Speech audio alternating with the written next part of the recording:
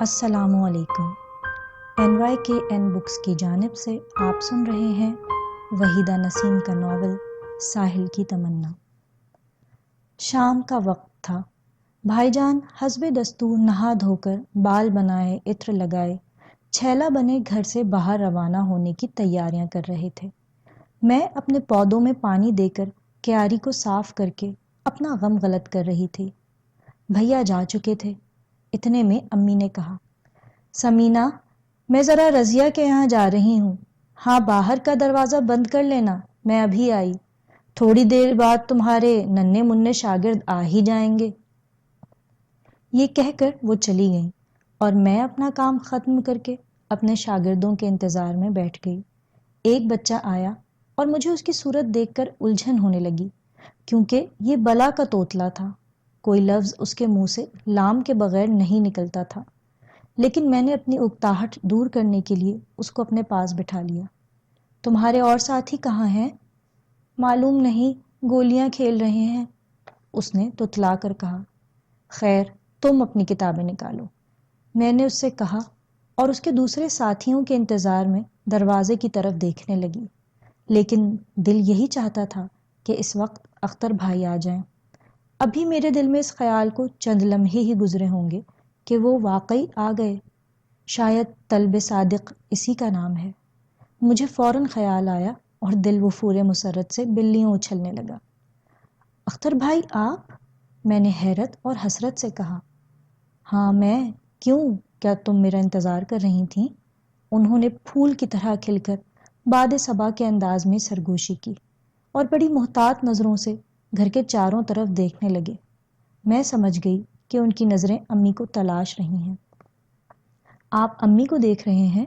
وہ رضیہ خالہ کے یہاں گئی ہیں، میں نے جواب دیا اور پھر ان کو چھیڑنے کے لیے بولی، بلا لاؤں؟ جی ہاں ضرور، کیونکہ آپ کے لیے تو میں کوئی قابل اعتبار آدمی نہیں ہوں جس سے آپ بات کریں۔ اب لے دے کے انہی کا سہارا لینا پڑے گا۔ ہاں ان کا وجود بھی اس گھر کے لیے ضروری ہے۔ جانتا ہوں کہ دل کے ساتھ ہر وقت پاسبان عقل کو ضرورت ہے، لیکن کبھی کبھی اسے تنہا بھی چھوڑ دینا چاہیے۔ انہوں نے آخری فقرہ مسکرا کر بڑی شوخی سے ادا کیا۔ ہاں یہ صحیح بات ہے، مگر اس کے لیے بھی راستوں کا تعین ضروری ہے، میں نے جواب دیا، اور اس کے بعد چند لمحوں تک ہم دونوں اسی قسم کی باتیں کرتے رہے، اور پھر میں نے کہا، آپ نے میری ملازمت کے بارے میں کیا سوچا ہے؟ یہی کہ تم ملازمت کرنے اور روپیہ کمانے کے لیے نہیں بنی ہو۔ پھر یہ کہ تمہاری سلطنت گھر ہے، تمہاری راجدھانی باورچی خانہ ہے۔ میں تو اس نتیجے پر پہنچا ہوں کہ عورت صرف دلوں پر حکومت کرنے کے لیے بنی ہے، دفتروں کے احکام جاری کرنے کے لیے نہیں۔ انہوں نے یہ بات اس پیار بھرے انداز میں کہی کہ میں خوشی میں پھولے نہ سمائی، اور اختر بھائی کے چہرے کو یوں دیکھنے لگی جیسے ان کے اندر ایک دنیا آباد ہے اور میں اس کی ملکہ ہوں، جیسے میرا ایک چھوٹا سا گھر ہے جس پر میری حکومت ہے، اور یہی میری منزل ہے، یہی میری کشتی کا ساحل ہے۔ ہاں یہ تو آپ نے سچ کہا، لیکن یہ منزل ملے بھی تو؟ مل ہی جائے گی، انہوں نے بڑے پر امید لہجے میں کہا، لیکن فی الوقت کا سوال ہے، اور تمہاری بات بھی سچ ہے کہ اور بھی غم ہے زمانے میں محبت کے سوا۔ خدا کا شکر ہے کہ میری بات آپ کی سمجھ میں آ گئی، میں نے دھیمے لہجے میں کہا۔ سمجھ تو میں مدتوں سے رہا ہوں، لیکن سوال یہ ہے کہ اس کا حل کیا ہے؟ نہ میں اپنے سہانے خوابوں کی تعبیر فی الوقت پوری کر سکتا ہوں، نہ تم کو بے سہارا چھوڑ سکتا ہوں، اور نہ تم کو تلاش روزگار میں گلیوں گلیوں بھٹکتے دیکھ سکتا ہوں۔ اختر بھائی نے ٹھنڈی سانس لے کر پہلی بار سنجیدگی سے کہا، اور بڑی حسرت سے میری صورت دیکھنے لگے۔ میں سمجھتی ہوں، میں نے سر جھکا لیا۔ عجیب وقت تھا، عجیب لمحے۔ یہی محسوس ہوتا تھا جیسے ہم دونوں کے سینوں میں ایک ہی دل دھڑک رہا ہے، ہم دونوں کے خیالات اور احساسات ایک ہیں، ہم دونوں کی راہ اور منزل ایک ہے۔ کسی نے سچ کہا ہے کہ بعض مرتبہ خاموشی ہی محبت کی زبان ہے۔ میں مانتی ہوں کہ زندگی کا دوسرا نام محبت ہے، لیکن خود زندگی کے لیے بھی حرکت ضروری ہے۔ اس لیے میں نے چند لمحوں تک چپ رہنے کے بعد کہا، میں تو کئی دنوں سے صرف اس وقت کا انتظار کر رہی تھی جب آپ آئیں اور میں آپ سے پوچھوں کہ اب کیا ہوگا، کیا کروں، کہاں جاؤں؟ کیا ملازمت واقعی تمہارے لیے اتنی ضروری ہے کہ اس کے بغیر گھر کا کام نہیں چل سکتا؟ ہاں، یہاں دن بدن دال پتلی ہو رہی ہے، امی سے بھی پہلے کی طرح محنت نہیں ہوتی۔ بھائی جان اور بھیا کی تعلیم کی تکمیل میں 1-2 برس باقی ہیں، بشرط یہ کہ وہ فیل نہ ہوں۔ اس لیے میں سوچتی ہوں کہ ان حالات میں اگر میں نادرا کے چچا افسر بھائی سے اپنی نوکری کے سلسلے میں مدد لوں تو کوئی حرج تو نہ ہوگا؟ حرج تو بظاہر کوئی نہیں معلوم ہوتا، لیکن سوال یہ ہے کہ وہ تم کو کہاں اور کس محکمے میں نوکری دلوائیں گے۔ میں اس سلسلے میں کیا بتاؤں، یہ تو اسی وقت معلوم ہوگا جب میں اس سلسلے میں نوشینہ یا نادرا سے بات کروں۔ ہاں، یہ بھی تم ٹھیک کہتی ہو، انہوں نے ہاں کو لمبا کر کے تذبذب کے انداز میں جواب دیا۔ پھر بتائیے نا کہ کیا کروں؟ سچ کہتی ہوں کہ میں اس معاملے میں ایک بار ایسی ٹھوکر کھا چکی ہوں کہ اب دوبارہ کسی پر بھروسہ کرنے کی ہمت ہی نہیں پڑتی۔ میں نے صاف صاف کھل کر کہا، یہ بات تو تم سچ کہتی ہو، لیکن اس سے کسی کا کیا بگڑا؟ تم راہ راست پر تھیں، اپنا دامن بچا کر اس ماحول سے نکل آئیں، اور اب بھی اگر خدا نہ کرے ایسی صورتحال پیش آئی تو تم پھر نکل آؤ گی۔ واقعی؟ ہاں۔ آپ کو کوئی غلط فہمی تو نہیں ہوگی؟ نہیں، مجھے تم پر پورا بھروسہ ہے۔ محبت اعتماد کا دوسرا نام ہے۔ سچ؟ میں نے وفور مسرت سے کہا۔ 16 آنے سچ۔ تو پھر بات کروں نوشینہ سے؟ کر لو۔ ابھی تک ان دونوں نے تمہارا کیا بگاڑا ہے جو آئندہ بگاڑ لیں گی؟ انہوں نے پھر بڑے وثوق سے کہا۔ چلو، ایک مسئلہ تو حل ہوا، اب میں کل ہی اپنی دوڑ دھوپ شروع کر دیتی ہوں۔ ضرور کرو، لیکن اتنا بتا دو کہ کیا تم خسرو اور پرویز کی طرف سے واقعی مایوس ہو چکی ہو؟ انہوں نے اچانک سوال کیا، اور مجھے بجلی کی سرعت کے ساتھ عروسہ کی تصویر اور خط یاد آیا۔ خدا نہ کرے کہ وہ وقت آئے، لیکن آثار اچھے نہیں ہیں۔ واقعی؟ ہاں، آپ کو میں ابھی ایک چیز دکھاتی ہوں۔ یہ کہہ کر میں اپنے کمرے میں گئی، صندوق کھولا اور عروسہ کی تصویر اور خط اختر بھائی کے ہاتھ میں رکھ دی۔ اسے دیکھیے اور پڑھیے، یہ بات اب تک میرے علاوہ کسی اور کو معلوم نہیں ہے، میں نے بڑی سنجیدگی سے کہا۔ تصویر ان کے سامنے تھی، وہ حیران پریشان کھڑے تھے۔ اتنے میں دروازہ کھلنے کی آواز آئی، امی اندر آئیں اور اختر بھائی نے لفافہ فوراً اپنی جیب میں رکھ لیا۔ تم کب آئے اختر؟ ابھی آیا ہوں۔ اور اس عرصے میں تم نے دوہر کارے دوڑائے، توبہ ہے۔ لیکن آپ کہاں تھیں؟ میں ذرا کی ذرا پڑوس میں رضیہ کے یہاں گئی تھی، امی نے جواب دیا، اور ہم دونوں ان کے پیچھے خاموشی کے ساتھ چل پڑے۔ جب امی سکون سے بیٹھ گئیں تو بولیں، اے بیٹا، تم ماشاء اللہ پڑھے لکھے نوجوان ہو، عہدہ بھی اللہ میاں نے بڑا دیا ہے۔ میری سمینہ کے لیے کوئی ملازمت دیکھو، میں گھر کے خرچ سے پریشان ہوں۔ وہ تو خود بھی کوشش کر رہی ہے، لیکن خسرو اور پرویز کیا کر رہے ہیں؟ آخر گھر بار چلانے کی کوئی ذمہ داری ان پر بھی تو ہے، اختر بھائی نے پوچھا۔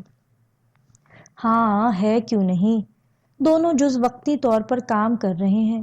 خسرو تو بڑی پابندی کے ساتھ پیسہ لاتا ہے، لیکن پرویز سے جب بھی میں پوچھتی ہوں تو یہی کہتا ہے کہ میری تنخواہ بھیا یعنی خسرو نے لے لی، آج ان کو ڈرائی کلین کے لیے پیسے دیے ہیں تو کل ان کو کپڑوں کی سلائی کے لیے دیے، اور میں یہ باتیں پوچھ کر ان دونوں کے درمیان کوئی تفرقہ نہیں ڈالنا چاہتی، اسی لیے چپ ہو جاتی ہوں۔ یہ تو ٹھیک ہے، لیکن ماں ہونے کی حیثیت سے آپ کو تو یہی چاہیے کہ دونوں سے برابر پیسے لیں اور خود اپنے ہاتھ سے ان کے اخراجات پورے کریں۔ پچھلے 1.5 مہینے سے خسرو نے ٹریننگ میں داخلہ لے لیا ہے، وہ کچھ کام سیکھ رہا ہے، روز شام کو وہیں جاتا ہے، کھانے پر بھی دیر سے آتا ہے، امی نے کہا، اور ان کی بات سن کر اختر بھائی چونکے اور بولے، کہاں جاتا ہے، کیوں جاتا ہے، کیا کرتا ہے؟ ان باتوں کی نگرانی تو اب آپ کو کرنا چاہیے۔ ہر جگہ لڑکوں کے آنے جانے کی تو نہیں ہوتی، گھرانوں میں بھی فرق ہوتا ہے۔ اختر بھائی نے بڑی سنجیدگی سے کہا اور بہت کچھ سمجھ کر کہا، لیکن امی کے پلے کچھ نہ پڑا اور گھوم پھر کر بات پھر میری ملازمت پر آ گئی۔ اور اختر بھائی نے کہا، دیکھیے خالہ پھپھی، میں سرے سے لڑکیوں کی ملازمت کا مخالف ہوں، لیکن اتنا تنگ نظر بھی نہیں ہوں کہ گھر میں چاہے فاقے ہو جائیں لڑکیاں باہر نہ نکلیں۔ اسی لیے میں اس سلسلے میں آپ کی کوئی مدد نہیں کر سکتا۔ ہم لاکھ ترقی کر جائیں، لیکن ایمان کی بات یہی ہے کہ اب تک ہمارے یہاں کی لڑکیوں کے لیے دفتروں اور ایسے اداروں کی ہوا راس نہیں آتی جہاں لڑکے بھی ان کے ساتھ دوش بدوش ہوں۔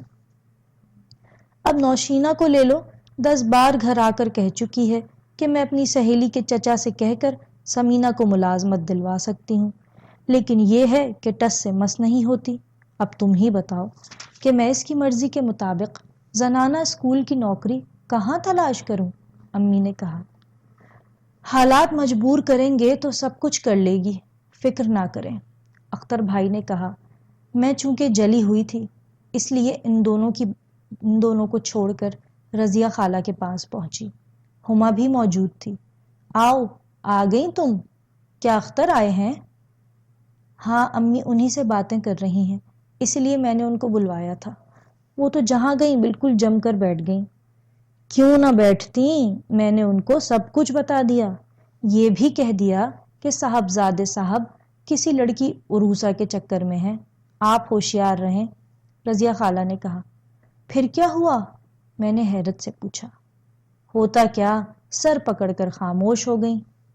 لیکن انہوں نے یہ نہیں پوچھا کہ آپ کو یہ بات کیسے معلوم ہوئی؟ میں نے سوال کیا۔ ہاں پوچھا تھا، میں نے کہہ دیا کہ ایک روز ان کے کمرے کی صفائی کے دوران ایک تصویر اور ایک خط ہما اور سمینہ کے ہاتھ لگا تھا۔ دونوں نے تصویر دیکھی، خط پڑھا اور پھر جہاں سے ملا تھا وہیں رکھ دیا۔ سمینہ تو غریب بڑے بھائی کے ڈر سے خاموش ہو گئی، البتہ ہما نے پریشان ہو کر مجھے بتا دیا۔ میں نے یہ بھی کہہ دیا کہ لڑکی کو ہم لوگ نہیں جانتے، صرف اتنا معلوم ہوا ہے کہ ان دونوں کی ملاقات نومی کے یہاں ہوتی ہے۔ یہ بڑا اچھا ہوا جو آپ نے ان کو بتا دیا، غرض کہ میں بڑی دیر تک وہیں بیٹھی باتیں کرتی رہی۔ اس کے بعد گھر واپس آئی، کیونکہ اب میرے سر پر ملازمت کا بھوت سوار تھا۔ اختر بھائی سے میں مشورہ لے چکی تھی اور میں اپنے بدترین حالات کے تحت نوشینہ سے مدد کے لیے پھر مجبور تھی۔ ہر چند گھر کی حالت دگرگوں تھی، لیکن پھر بھی میری ہمت نہ پڑتی تھی کہ ایک تلخ تجربے کے بعد دوسرے تجربے کا ارادہ کروں۔ اس عرصے میں نوشینہ 2-1 مرتبہ آئی بھی، لیکن میں نے اس سے اس سلسلے میں کچھ نہ کہا، کیونکہ میں نے 1-2 کمپنیوں میں ان کی شائع شدہ اشتہارات کی بنا پر اپنی ملازمت کی درخواست دی تھی اور مجھے وہاں کے نتائج کا انتظار تھا۔ لیکن اس کا یہ مطلب نہیں ہے کہ میں اپنے روزگار کی طرف سے غافل تھی۔ نہ جانے کتنے ملاقاتی ایسے تھے جن سے میں نے کہہ رکھا تھا کہ خدا کے لیے اگر کسی اسکول یا دفتر میں کوئی جگہ خالی ہو تو مجھے بتائیں۔ خدا خدا کر کے ایک دن ویسٹ وارف کی 1-2 دواؤں کی کمپنی سے میرے لیے خط آ ہی گیا۔ مجھے انٹرویو کے لیے بلایا تھا۔ میں خوشی سے باغ باغ ہو گئی، فوراً ہما کو خوشخبری سنائی۔ رضیہ خالہ اور امی کی دعائیں لیں، اپنے صندوق سے کچھ ایسے کپڑے جن کو میں نے نہ جانے کب سے منگوا کر رکھا تھا نکالے، قمیض میں بٹن لگائے، شلوار کے پھٹے ہوئے پائچے درست کیے، اور دل میں سوچا کہ اگر مجھے ملازمت مل گئی تو میں اپنی پہلی فرصت میں کچھ کپڑے بناؤں گی، فی الوقت تو انہی سے کام چلے گا۔ مجھے آج تک یاد ہے کہ جس دن مجھے انٹرویو دینے جانا تھا، اس روز صبح کو میرا پرس بالکل خالی تھا، بس تک کا کرایہ میری جیب میں نہ تھا۔ میں نے آہستہ سے امی سے کہا، امی 1 روپیہ دے دیجئے، مجھے انٹرویو دینے کے لیے کرایہ چاہیے۔ امی نے میری بات سنی اور خاموشی سے سر جھکا لیا۔ میں سمجھ گئی کہ کیا معاملہ ہے۔ پھر خیال آیا کہ آج امی نے صرف دال چڑھائی ہے، پیسے ہوتے تو ترکاری ضرور خریدتی، اس لیے آہستہ سے کہا، آپ کا بھی بٹوا خالی ہے؟ ہاں خسرو سے لے لو، انہوں نے بڑی افسردگی سے کہا، اور میں بھائی جان کے پاس پہنچی۔ بھائی جان 1 روپیہ تو دے دیجئے۔ کیوں؟ مجھے ویسٹ وارف انٹرویو دینے جانا ہے۔ اوہ سمینہ، تم نے بھی کیا بات کی! قسم خدا کی میری جیب میں ایک پھوٹی کوڑی بھی نہیں ہے، دیکھیے ٹٹولیے، شاید نکل آئے، میں نے کہا۔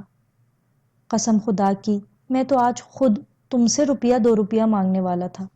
تم جانتی ہو کہ میں آج کل کس قدر قلاش ہو رہا ہوں، پرویز سے پوچھو، اس کے پاس ہوں گے۔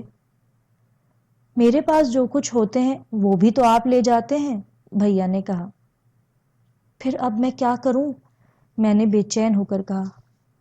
امی سے کہو وہ نوشینہ کی اماں کے یہاں سے اپنی سلائی کے حساب سے کچھ روپیہ لے کر تم کو دے دیں۔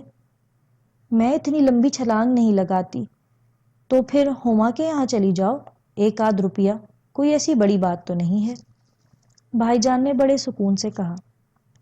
اور میرے دل کو اتنی زبردست ٹھیس پہنچی کہ خدا کی پناہ، آخر میں ان کو کیسے بتاؤں کہ 1 آدھ روپیہ نہ جانے میں کتنی بار ان سے لے چکی ہوں، اور کتنی بار انہوں نے یہ کہہ کر واپس لینے سے انکار کیا ہے کہ میرے نزدیک تم میں اور ہما میں کوئی فرق نہیں ہے۔ میرا دل اس وقت یہی چاہ رہا تھا کہ بستر پر لیٹ جاؤں اور چادر میں منہ لپیٹ کر خوب روؤں، لیکن نہ میرے پاس اتنی فرصت تھی اور نہ امی کے سوا کوئی آنسو پوچھنے والا تھا۔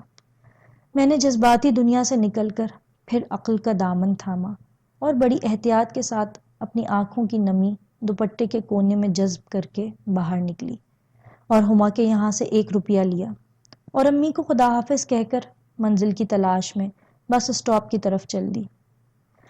جب میں کمپنی کی عمارت کے اندر گئی تو وہاں میری طرح بے شمار لڑکیوں کی قطاریں موجود تھیں جو تلاش معاش میں یہاں آئی تھیں۔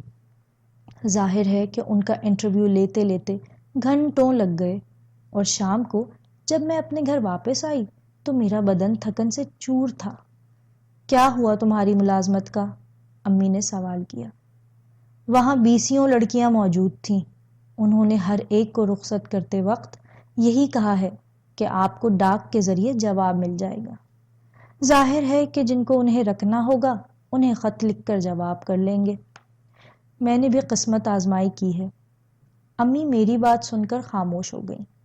سپہر کو میری توقع یہی تھی کہ جب بھائی جان آئیں گے تو سب سے پہلے میرے انٹرویو کا پوچھیں گے، لیکن وہ اس شان بے نیازی سے گھر میں داخل ہوئے جیسے گھر میں میرا وجود ہی نہ ہو۔ ان کے ہاتھ میں ایک پیکٹ تھا جس کو آتے ہی انہوں نے میز پر رکھا اور اس کے ساتھ ہی کچھ پیسے بھی رکھ دیے۔ تم اس وقت کہاں سے آ رہے ہو؟ امی نے پوچھا۔ بندر روڈ سے۔ اور یہ کیا خرید لائے؟ انہوں نے حیران ہو کر کہا۔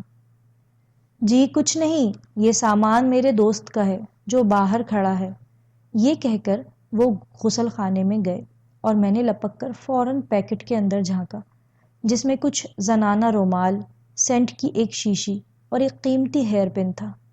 میں نے اس کو سرسری طور پر دیکھا اور ان کے باہر نکلنے سے پہلے وہاں سے ہٹ گئی اور دروازے کے پاس جا کر ان کے اس دوست کو دیکھنے لگی جو بقول ان کے باہر کھڑا تھا، لیکن دور دور تک کسی کا پتہ نہ تھا۔ بھائی جان اس وقت ہوا کے گھوڑے پر سوار تھے، اس لیے میری طرف دیکھے بغیر اور امی کی بات سنے بغیر بجلی کی طرح اپنا پیکٹ لے کر گھر سے باہر نکل گئے۔ تو یہ بات ہے، نہ گھر میں دینے کے لیے پیسے ہیں، نہ میرے کرائے کے لیے ہیں، لیکن خریداری کے لیے جیب بھری ہے، اور وہ بھی کس کے لیے؟ یہ تحفے عروسہ کے علاوہ اور کس کو دیں گے؟ میں نے سوچا اور خاموشی سے اپنے بستر پر لیٹ گئی۔ دوسرے دن میری ملاقات نوشینہ سے ہوئی اور ملتے ہی اس نے پوچھا، کیا ہوا تمہاری ملازمت کا؟ ابھی تک تو کوئی لیٹر نہیں ملا۔ تم نے یہ بھی پوچھا کہ کتنی آسامیاں خالی ہیں؟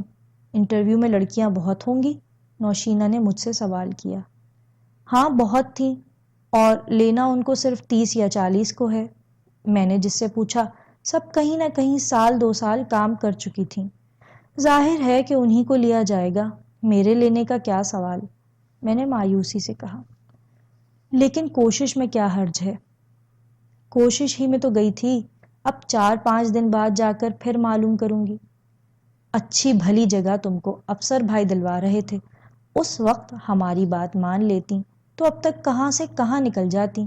اور ہاں، وہ تمہارے ٹائپ کا کیا ہوا؟ نوشینہ نے پھر سوال کیا۔ ہوتا کیا، جب تک بھائی جان اور بھیا جاتے رہے میں بھی گاڑی کھینچتی رہی، اب وہاں پر اکیلے جانے سے رہی، اور تم جانو کہ مشق نہ رہے تو رفتار دن بدن کم ہوتی ہے، بڑھتی نہیں، میں نے جواب دیا۔ اگر تم تیار ہو تو میں نادرا سے پھر کہوں؟ تم کیا جانو کہ یہ لوگ کتنے اثر رسوخ والے ہیں، ایک فون کر دیں گے تو تمہارا کام بن جائے گا۔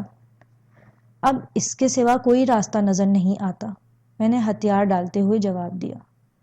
تو اس میں اس قدر تکلف کی کیا ضرورت ہے، میں کل ہی کہتی ہوں، نوشینہ نے بڑے پیار سے کہا۔ کیا اچھا ہو اگر میں اور تم دونوں ایک ہی جگہ کام کریں، تمہاری امی بھی تو پریشان رہتی ہیں۔ میں نے صرف اس کا خیال معلوم کرنے کے لیے یہ بات کہی، ورنہ ظاہر ہے کہ میں نہ اس کا ساتھ چاہتی تھی اور نہ صحبت۔ خیر امی کی نہ کہو، وہ تو بس شوقیہ فنکار ہیں، ویسے گھر میں اللہ کا دیا سب کچھ ہے، ان کو خود تو کوئی ضرورت نہیں ہے، زیادہ تر تو وہ دوسروں کے لیے سلائی کا کام کرتی ہیں، نوشینہ نے حسب عادت شیخی بگھارتے ہوئے کہا، اور میں نے حیران ہو کر اس کی صورت دیکھی اور محض مروت میں خاموش رہی، اور مجھے چپ دیکھ کر اس نے کہا، تو پھر اٹھو، منہ ہاتھ دھو کر تیار ہو جاؤ، ہم لوگ نادرا کے پاس چلیں۔ نہیں ابھی نہیں، کل پرسوں جب تم جانا ذکر کر دینا۔ اچھا تو پھر ان کے بجائے افسر بھائی کو فون کیوں نہ کر لیں؟ اس نے بڑے اشتیاق سے کہا۔ مگر کہاں سے؟ میں نے حیران ہو کر سوال کیا۔ ڈاک خانے سے یا کسی اور جگہ سے، بس تم تیار ہو جاؤ۔ نہیں نہیں، میرا یہ مطلب ہرگز نہیں ہے کہ ابھی اور اسی وقت چلو، تم پہلے ذکر کر دینا، ہو سکتا ہے کہ فی الوقت ان کی نظروں میں کوئی جگہ نہ ہو، بیکار میری بات بھی ضائع جائے، میں نے حسب عادت اپنی محتاط اور سنجیدہ طبیعت کے مطابق جواب دیا۔ اچھا چلو یہی صحیح، مجھے نہ جانے کہاں کہاں، اس نے ذرا تذبذب سے کہا، حالانکہ وہ اس وقت اتنی مستعد تھی کہ میں چاہتی تو وہ مجھے نہ جانے کہاں کہاں لے جاتی۔ اس وقت یہ بات آئی گئی ہو گئی، لیکن میرے دل میں خواہ مخواہ یہ خلش پیدا ہو گئی کہ آخر نوشینہ اس قدر مستعد کیوں ہے؟ یہ تو لبنہ سے بھی سبقت لے گئی، لیکن میں نے یہ بات سوائے ہما کے کسی اور کو نہیں بتائی۔ امی بھائی جان اور عروسہ کے چکر میں پہلے ہی پریشان تھی، اس لیے میں نے ان کو مزید پریشان کرنا مناسب نہ سمجھا۔ 2-3 دن بعد میں ویسٹ وارف والی فیکٹری گئی، جہاں میں نے انٹرویو دیا تھا تاکہ اپنی ملازمت کے بارے میں معلوم کر سکوں۔ دراصل میں نہ جانے کیوں نوشینہ اور نادرا کی صحبت سے گریز کرنا چاہتی تھی، اور میری تمنا یہی تھی کہ میں جہاں بھی ملازمت کروں اور جو بھی نوکری مجھے ملے، اس میں کسی اور کی سفارش یا احسان شامل نہ ہو۔ وہاں کے میں نے 2-3 چکر کاٹے، اتنا معلوم ہوا کہ جن کو رکھنا تھا ان کے نام تقرر کے خط بھیج دیے گئے ہیں، لیکن میرا نام کہیں دور دور تک نہ تھا۔ اس نازک موقع پر میں نے وہی کیا جو ایک انتہائی ضرورت مند لڑکی کر سکتی ہے، یعنی مختلف لڑکیوں اور خواتین سے باتیں، اپنی مجبوری کا بیان اور ملازمت کی انتہائی ضرورت مندی وغیرہ۔ اور اس محکمے میں میری واقفیت ایک خاتون سے ہو گئی جن کا نام جمیلہ تھا، اور میری ہم عمر لڑکیاں ان کو جمیلہ آپا کہہ رہی تھیں۔ عمر میں وہ مجھ سے بڑی تھیں اور ہمدرد تھیں، اور شاید گھر سے باہر کی دنیا میں انہی کی ذات ایسی تھی جنہوں نے بڑی توجہ اور خلوص سے میری ایک ایک بات سنی، میرے گھر کا پتہ لیا اور وعدہ کیا کہ جو ہی کوئی جگہ خالی ہوگی وہ پہلی فرصت میں مجھے بلائیں گی۔ لیکن جب جگہ کب خالی ہوگی اس کے متعلق وہ یا کوئی اور کچھ نہیں بتا سکتا تھا۔ اس عرصے میں نوشینہ 2-1 بار میری تلاش میں آئی، لیکن میں گھر میں نہیں تھی۔ امی سے کہا کہ جو ہی سمینہ آئے میرے پاس بھیج دیں، بہت ضروری کام ہے۔ چنانچہ میں غرض کی ماری فیکٹری سے واپس آنے کے بعد اس کے یہاں جانے کے لیے نکلی اور جاتے جاتے امی نے کہا، نوشینہ کی ماں سے سلائی کے کچھ پیسے پیشگی لیتی آنا، گھر میں کل کے لیے کچھ نہیں ہے۔ اور میں نے سر جھکا کر اچھا کہہ دیا۔ میں جب نوشینہ کے یہاں پہنچی تو صحن ہی سے اس کے قہقہوں کی آواز سنی۔ یہی معلوم ہوتا تھا جیسے وہ کسی سے ہنس ہنس کر باتیں کر رہی ہے۔ میں ذرا سی رکی، لیکن دوسرے ہی لمحے اس کی امی نے کہا، آؤ آؤ سمینہ آؤ، یہاں صرف لڑکیاں ہیں۔ میں اندر آ گئی۔ نوشینہ نے میرا استقبال کیا اور میں نے دیکھا کہ اس کے پاس ایک لڑکی بیٹھی ہے جس کی صورت کہیں دیکھی ہوئی لگ رہی ہے۔ یہ ہے میری بڑی اچھی سہیلی اور اسکول کی ساتھی سمینہ، نوشینہ نے میرا تعارف کرواتے ہوئے کہا، اور میرے منہ سے بے اختیار نکلا، ایسا معلوم ہوتا ہے جیسے آپ کو کہیں دیکھا ہے۔ ہو سکتا ہے، لیکن مجھے خیال نہیں کہ میں آپ سے کبھی ملی ہوں، لڑکی نے کہا۔ تم نے ان کو کہیں نہیں دیکھا ہے، یہ آج پہلی مرتبہ میرے گھر آئی ہے، ویسے بہت کم نکلتی ہیں، آج میں ان کو زبردستی گھسیٹ لائی، نوشینہ نے کہا۔ اچھا، مگر تعارف تم نے صرف ایک طرفہ کروایا ہے، میں نے ہنس کر کہا۔ ان کا نام عروسہ ہے، ہماری قریبی رشتہ دار ہیں، اور ویسے میں ان کی خلوص اور محبت کی وجہ سے ملتی ہوں، نوشینہ نے کہا، اور میں نے چونک کر لڑکی کی صورت دیکھی۔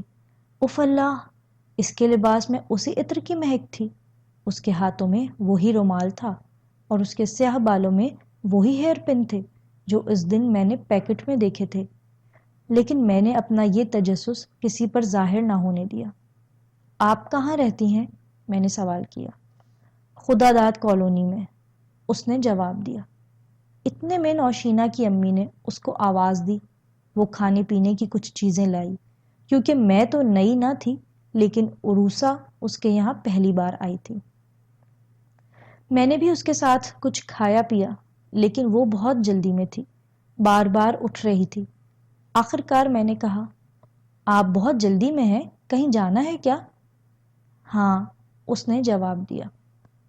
ارے بیٹھو بھی، یہاں سے چند قدم کے فاصلے پر ہے نومی کا مکان، نوشینہ نے کہا، اور مجھے یقین ہو گیا کہ یہ وہی لڑکی ہے جس کے پیچھے بھائی جان گھر اور گھر کے مسائل کو بھولے ہوئے ہیں۔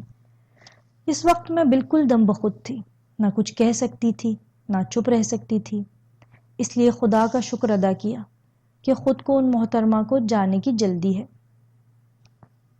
نومی کے یہاں یقینی بھائی جان بیٹھے ہوں گے، اسی لیے ان کا دل یہاں لگ نہیں رہا ہے۔ بہرکیف وہ رخصت ہوئی اور میں نے نوشینہ سے پوچھا، تمہاری یہ رشتہ دار کہیں اور رہتی ہیں؟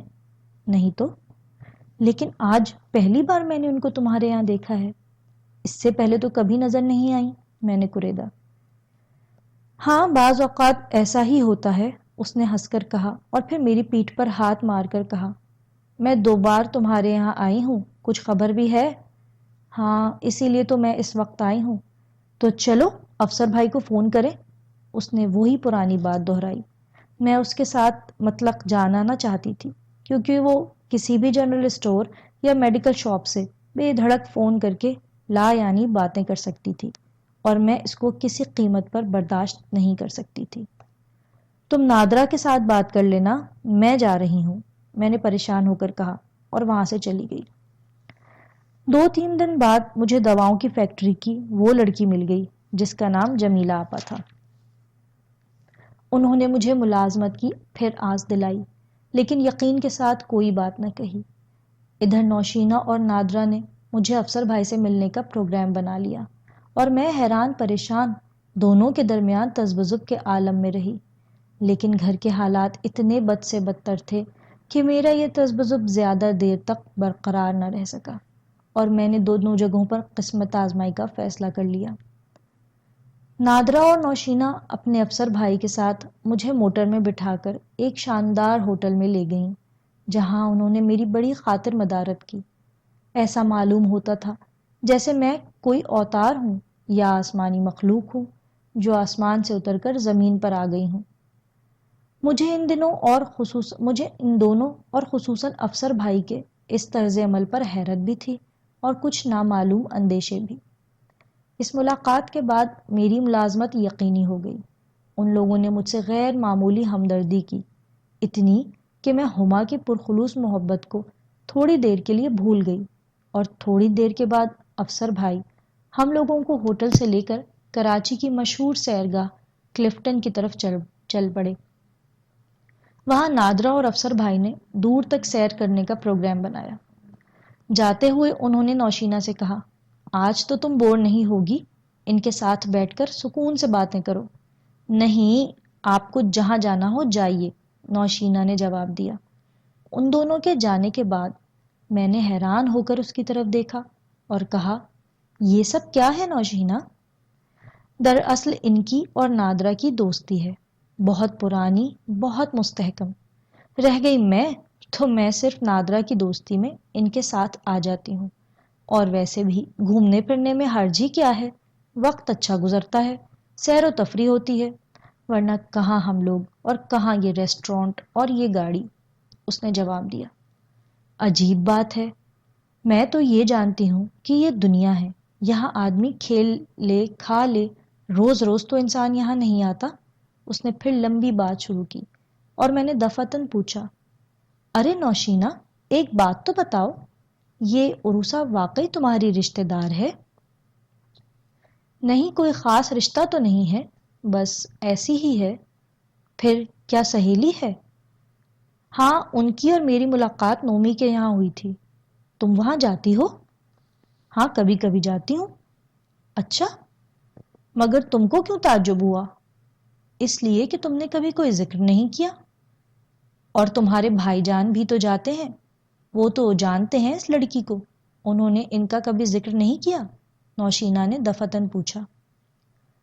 ہو سکتا ہے، تم تو میری عادت جانتی ہو، میں اول تو ان سے بہت کم کوئی بات پوچھتی ہوں، دوسرے یہ کہ عافیت اسی میں ہے کہ لڑکیوں کے متعلق سوال نہ کروں، میں نے جواب دیا۔ نوشینہ نے میری طرف ایسی نگاہوں سے دیکھا جیسے مجھے سب کچھ معلوم ہے۔ کچھ دیر تک اور باتیں ہوئیں، اس کے بعد اس نے خود کہا، اب کیا ارادہ ہے؟ پرسوں ہے پروگرام چلنے کا۔ کہاں؟ وہی افسر بھائی کے ساتھ، پہلے پکچر دیکھیں گے، پھر رات کا کھانا کھا کر لوٹیں گے۔ اس عرصے میں تمہاری ملازمت کی بات اور یقینی ہو جائے گی، نوشینہ نے کہا، اور میں سوچنے لگی کہ آخر ملازمت دلوانے اور سینما دکھانے اور بقول نوشینہ ڈنر کھلانے سے کیا تعلق ہے؟ ان تمام پروگراموں کے بغیر کوئی مرد کسی لڑکی کو ملازمت نہیں دلوا سکتا۔ دیکھا جائے گا، میں نے ذرا لاپرواہی سے کہا۔ کیا تم پھر پٹری سے اتر گئی؟ خدا کے لیے مینا، اس خول سے باہر نکلو، دیکھو تو صحیح باہر کی دنیا میں کتنی رنگینیاں ہیں، کتنی دلچسپیاں ہیں جو قدم قدم پر ہماری راہ دیکھ رہی ہیں۔ میں تم سے سچ کہتی ہوں کہ یہ وقت، یہ زمانہ لوٹ کر پھر نہیں آئے گا، اس نے مجھے دیکھتا سمجھایا۔ جانتی ہوں، فی الوقت تو میں فیکٹری جا رہی ہوں، ذرا وہاں کا بھی جائزہ لوں، پھر دیکھا جائے گا۔ میں نے اس کو جواب دیا، لیکن وہاں سے واپس آنے کے بعد صرف دو خیال میرے دل میں تھے۔ ایک تو عروسہ کا، جس کی چاہت میں بھائی جان اتنا آگے نکل چکے تھے کہ اب نوشینہ کو بھی یہ راز معلوم ہو چکا تھا۔ دوسرے فیکٹری کی ملازمت کا، کیونکہ نہ جانے کیوں میرا دل افسر بھائی اور نادرا کی صحبت کو قبول نہیں کرتا تھا۔ مجھے اندیشہ تھا کہ کہیں نہ کہیں یہ راستہ وہ نہ ہو جس کی منزل ذلت اور رسوائی ہے۔ میرا ضمیر گواہی دیتا تھا کہ یہ سیر و تفریح، یہ مفت کے کھانے، یہ بلا وجہ کے احسانات بالکل غلط ہیں۔ نہ جانے افسر بھائی ان احسانات کا بدلہ کب اور کس طرح چاہیں۔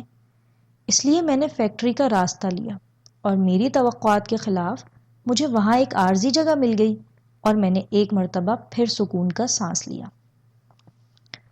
لیکن سکون دنیا میں شاید سب سے بڑا فریب ہے، اس سے بڑا دھوکہ کوئی نہیں ہے۔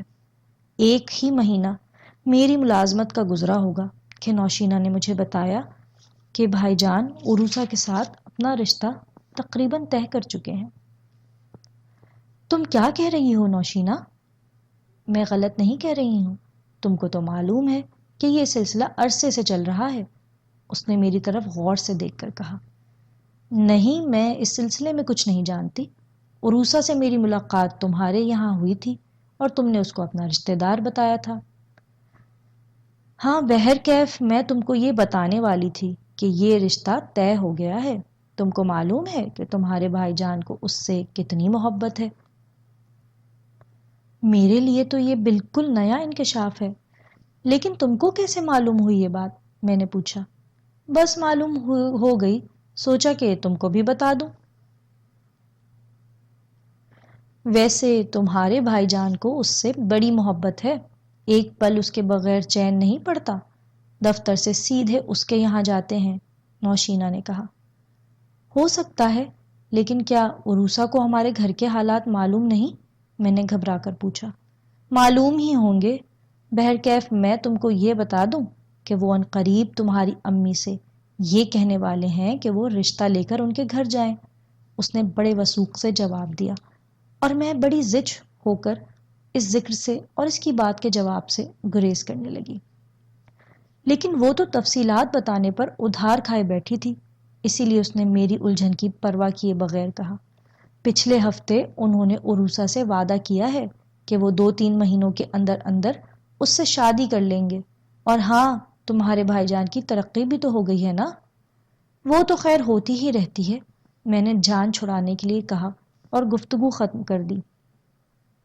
بات ختم کرنا آسان تھا، لیکن اس کی فکر اور اس الجھن سے نکلنا محال تھا۔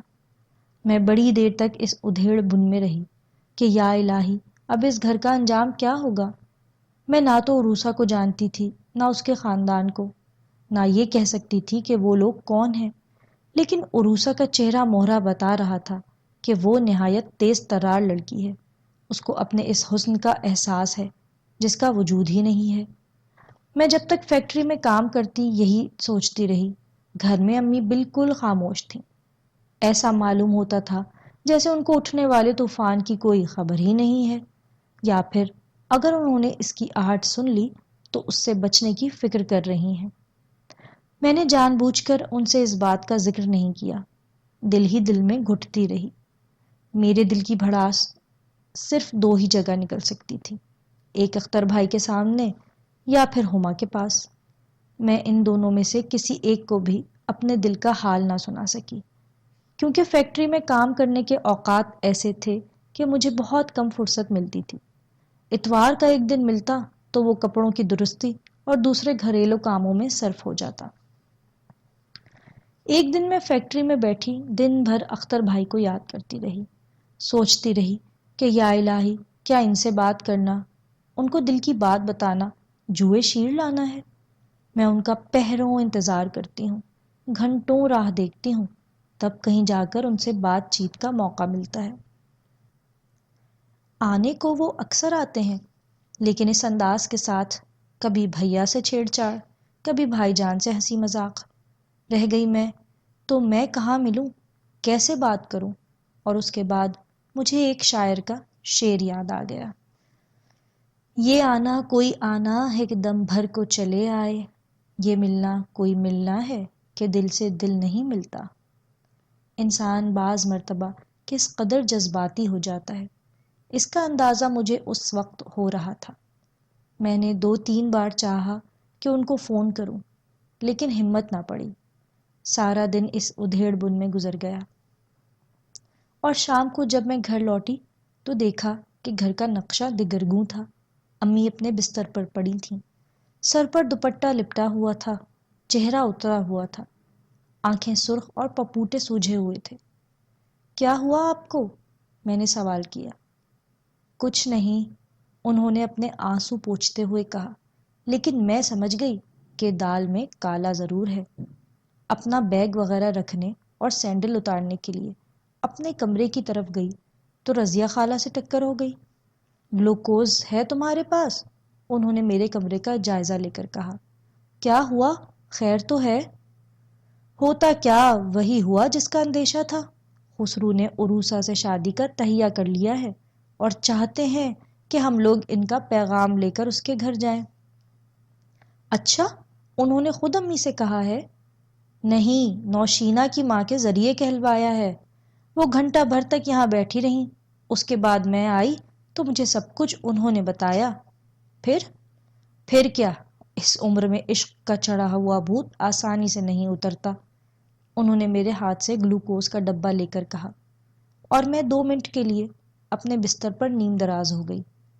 عروسا کی صورت میری نظروں میں گھوم گئی، نوشینہ کے الفاظ کانوں میں گونجنے لگے۔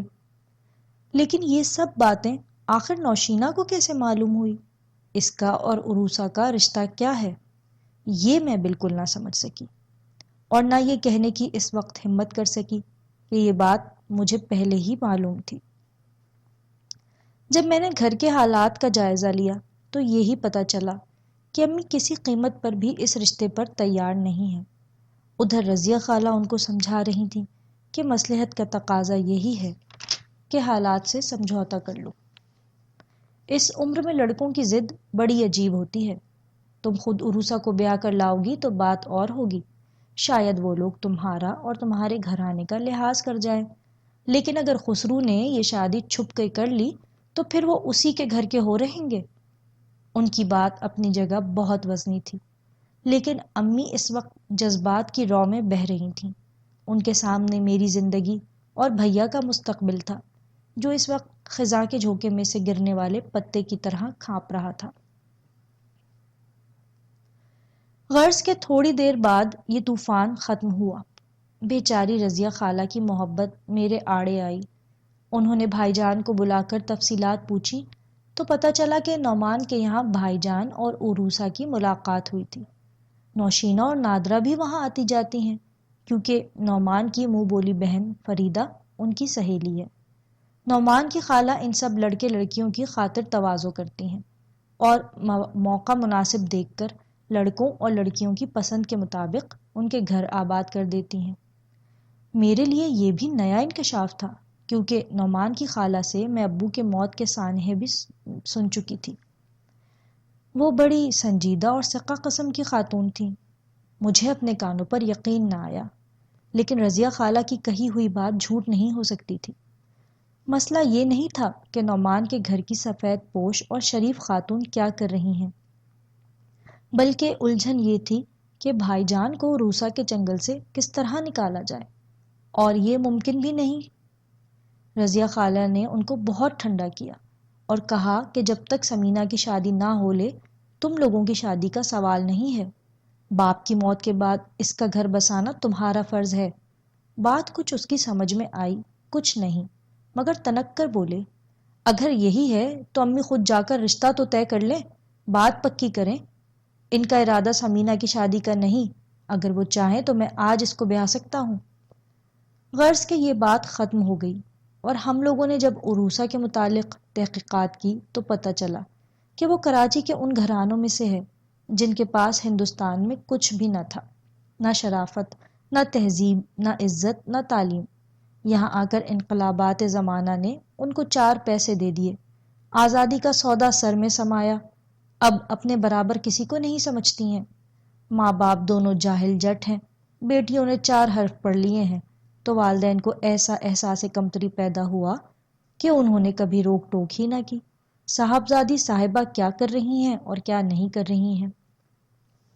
شاید اسی قماش کی لڑکیاں آج کل بھائی جان جیسے نیک اور شریف لڑکوں کو آسانی سے پھانس لیتی ہیں، اور میرے خیال میں اپنی عملی زندگی میں ہم لوگوں سے کہیں زیادہ کامیاب ہیں، جو قدم قدم پر نیکی، شرافت، اخلاق، اقدار کی پل صراط پر چل کر اپنی زندگی اجیرن کر لیتے ہیں۔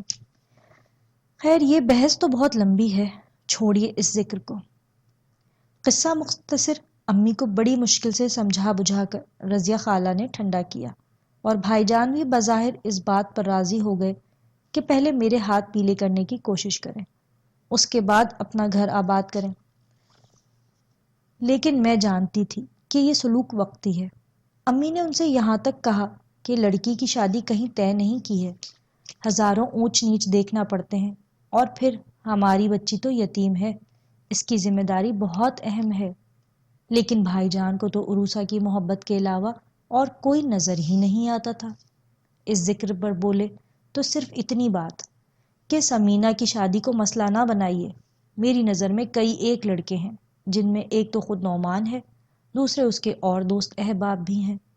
اس جواب کے بعد امی نے اپنی خیر و عافیت خاموشی ہی میں سمجھی، اور میں پھر اس طویل انتظار کے کرب میں مبتلا ہو گئی جو میرا مقدر بن چکا تھا۔ اختر بھائی آئے بھی تو ہوا کی طرح مجھ سے سرسری بات کی اور چلے گئے۔ البتہ امی سے ان کی کھل کر گفتگو ہوئی، اور انہوں نے بھی امی کو یہی مشورہ دیا کہ عروسہ اور بھائی جان کی شادی اس وقت جیتی مکھی نگلنے کے برابر ہے، لیکن امی اس زندہ مکھی کو نگل لیں تو بہتر ہے، ورنہ زندگی بھر سر پکڑ کر روئیں گی۔ بھائی جان سے جو رہی صحیح آس ہے وہ بھی ختم ہو جائے گی۔ ایک دن میں اپنی فیکٹری میں کام ختم کر کے اداس بیٹھی تھی کہ میری محسن جمیلہ آپا آ گئیں۔ انہوں نے مجھے یہاں ملازمت دلوائی تھی۔ مجھے خاموش اور پریشان دیکھ کر حال پوچھا۔ میرے دل کے تار مچل گئے، آنسوؤں کے بندھن ٹوٹ گئے، لیکن کمال ضبط سے کام لے کر کہا، نوکری کے سلسلے میں پریشان ہوں، یہ عارضی جگہ ختم ہو جائے گی، پھر کیا ہوگا؟ تم اس کی فکر نہ کرو، تم انشاءاللہ مستقل طور پر ہمارے یہاں ہی رہو گی، خدا بڑا کارساز ہے، کوئی نہ کوئی بندوبست ہو ہی جائے گا۔ میں نے ملازمت کے سلسلے میں بہت دھکے کھائے ہیں، یہاں چاروں طرف لڑکیاں ہیں، کچھ اچھا ماحول ملا ہے، سوچتی ہوں کہ اگر یہ بھی نہ رہا تو کیا ہوگا۔ تم بیکار کی فکر نہ کرو، ویسے میرا خیال ہے کہ ملازمت کے علاوہ بھی تم کو کوئی فکر ہے، کوئی ایسی خلش جس کو تم چھپا رہی ہو۔ جمیلہ آپا نے بڑے خلوص اور پیار سے کہا۔ نہیں، کوئی ایسی بات نہیں۔ کیوں چھپا رہی ہو سمینا؟ شاید میں تمہاری کوئی مدد کر سکوں۔ اس نے یہ بات اس انداز میں کہی کہ میں نے اس کے سامنے اپنا دل کھول کر رکھ دیا۔ ظاہر ہے کہ اختر بھائی کی اور اپنی محبت کی داستان تو سنانے سے رہی، صرف بھائی جان اور عروسہ کے متعلق بتا دیا۔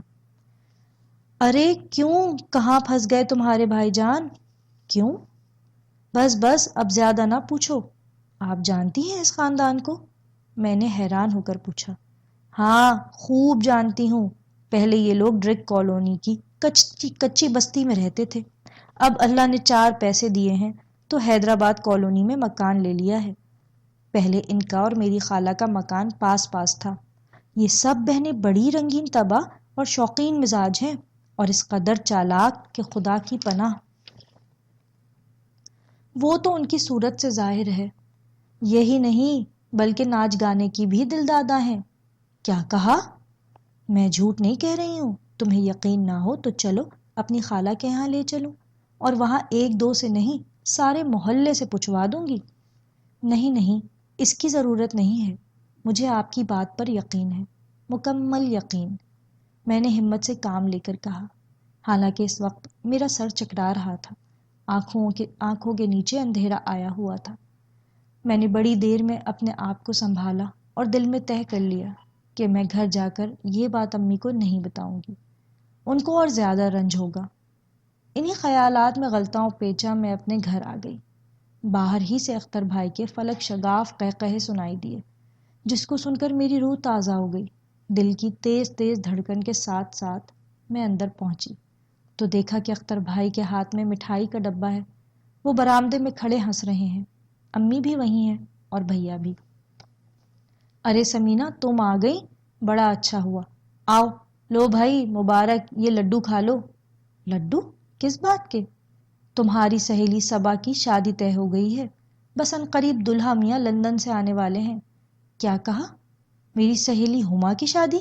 میں نے حیرت اور مسرت سے چیخ کر کہا۔ ہما کی نہیں، اس کی چھوٹی بہن صبا کی شادی، لو لڈو کھاؤ، اختر بھائی نے بڑے پیار سے کہا، اور میں نے چاندی کا ورق لگا ہوا زرد زرد لڈو فوراً ان کے ہاتھ سے لے لیا، جس کی شیرینی اور حلاوت آج تک یاد ہے۔ لیکن اچانک یہ رشتہ طے کیسے ہو گیا؟ کس کے ساتھ ہے شادی؟ میں اس کو مبارکباد تو دے آؤں۔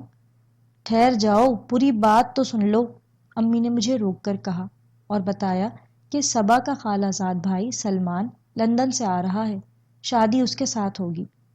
مگر امی، ابھی تو ہما باقی ہے، پہلے اس کی ہونا چاہیے، میں نے لڈو کا آخری ٹکڑا منہ میں ڈالتے ہوئے کہا۔ ہاں، مگر ہما نے اپنی خالہ کا دودھ پیا ہے، اس لیے یہ رشتہ نہیں ہو سکتا، امی نے جواب دیا۔ عجیب بات ہے کہ پہلے چھوٹی بہن کی شادی ہو رہی ہے۔ میں یہ جملہ کہے بغیر نہ رہ سکی اور بھائی جان نے بڑے معنی خیز انداز میں کہا، یہ تو وقت اور گھڑی کی بات ہے، اپنا اپنا مقدر ہے، کوئی ضروری تو نہیں ہے کہ پہلے بڑی بہن کی شادی ہو پھر چھوٹی کی ہو، اور جب تک بہن بیاہ ہی نہ جائے بھائی کا گھر آباد نہ ہو۔ آخری جملہ بھائی جان نے امی کی طرف دیکھ کر کہا۔ شادی تو خیر صبا کی ہو رہی ہے، لیکن آپ کیوں اتنا خوش ہیں؟ میں نے اختر بھائی سے سوال کیا۔ جانتی ہو، سلمان میرا دوست ہے، بچپن کا ساتھی، دکھ درد کا شریک۔ یہ لو اس کا خط، سب سے پہلے اس خوشگوار حادثے کی اطلاع اس نے مجھے ہی دی ہے۔ خیر خیر، آپ نے کہہ دیا، میرے لیے کافی ہے، خط پڑھنے کی ضرورت نہیں ہے، میں نے جواب دیا اور چھلانگ مار کر ہما کے یہاں پہنچی۔ رضیہ خالہ کو مبارکباد دی۔ گھر پر مسرت کی لہر دوڑی ہوئی تھی، کانوں میں شہنائیاں بج رہی تھیں۔ ہما بے حد مسروف تھی۔ معلوم ہوا کہ رشتے کی بات تو سرسری طور پر ان کے بچپن میں ہو چکی تھی، لیکن اس کے بعد پھر کوئی ذکر نہ ہوا۔ اب سلمان نے لندن کی شہریت لے لی ہے، اس کی ماں چاہتی ہیں کہ وہاں مستقل قیام سے پہلے اس کا گھر آباد کر دیں۔ ارے تو کیا صبا لندن چلی جائے گی؟ میں نے پوچھا۔ ہاں، ہما نے جواب دیا، اور میں 2-3 باتیں ادھر ادھر کی کر کے دوبارہ جلد ہی آنے کے وعدے پر گھر واپس آ گئی اور چلتے چلتے رضیہ خالہ سے کہا، سمینہ اب تو تم گھر آ گئی ہو، باورچی خانہ دیکھ لینا، امی کو یہاں بھیج دو، شاید میں بازار جاؤں۔ میں جواب میں اچھا کہتے ہوئے اپنے گھر واپس آ گئی۔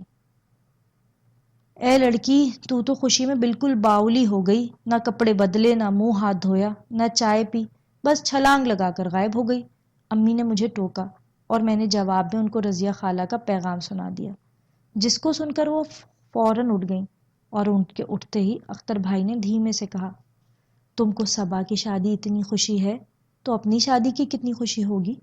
اور ان کے اس چھیڑ چھاڑ سے میرا چہرہ وفور مسرت سے گلنار ہو گیا اور میں اپنے کمرے میں چلی گئی۔ کپڑے بدل کر واپس آئی تو دیکھا کہ اختر بھائی برآمدے میں ٹہل رہے تھے، جیسے میرے انتظار میں ہوں۔ مجھے دیکھتے ہوئے بولے، سمینہ، کیا صبا اس رشتے سے خوش ہے؟ ہاں، لگتا تو ایسا ہی ہے۔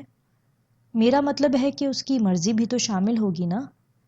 ہاں، میرا خیال یہی ہے، ویسے میں نے اس موضوع پر ابھی تک بات نہیں کی، موقع ہی کہاں ملا۔ میں اس کو دیکھ کر اور مبارکباد دے کر آ گئی۔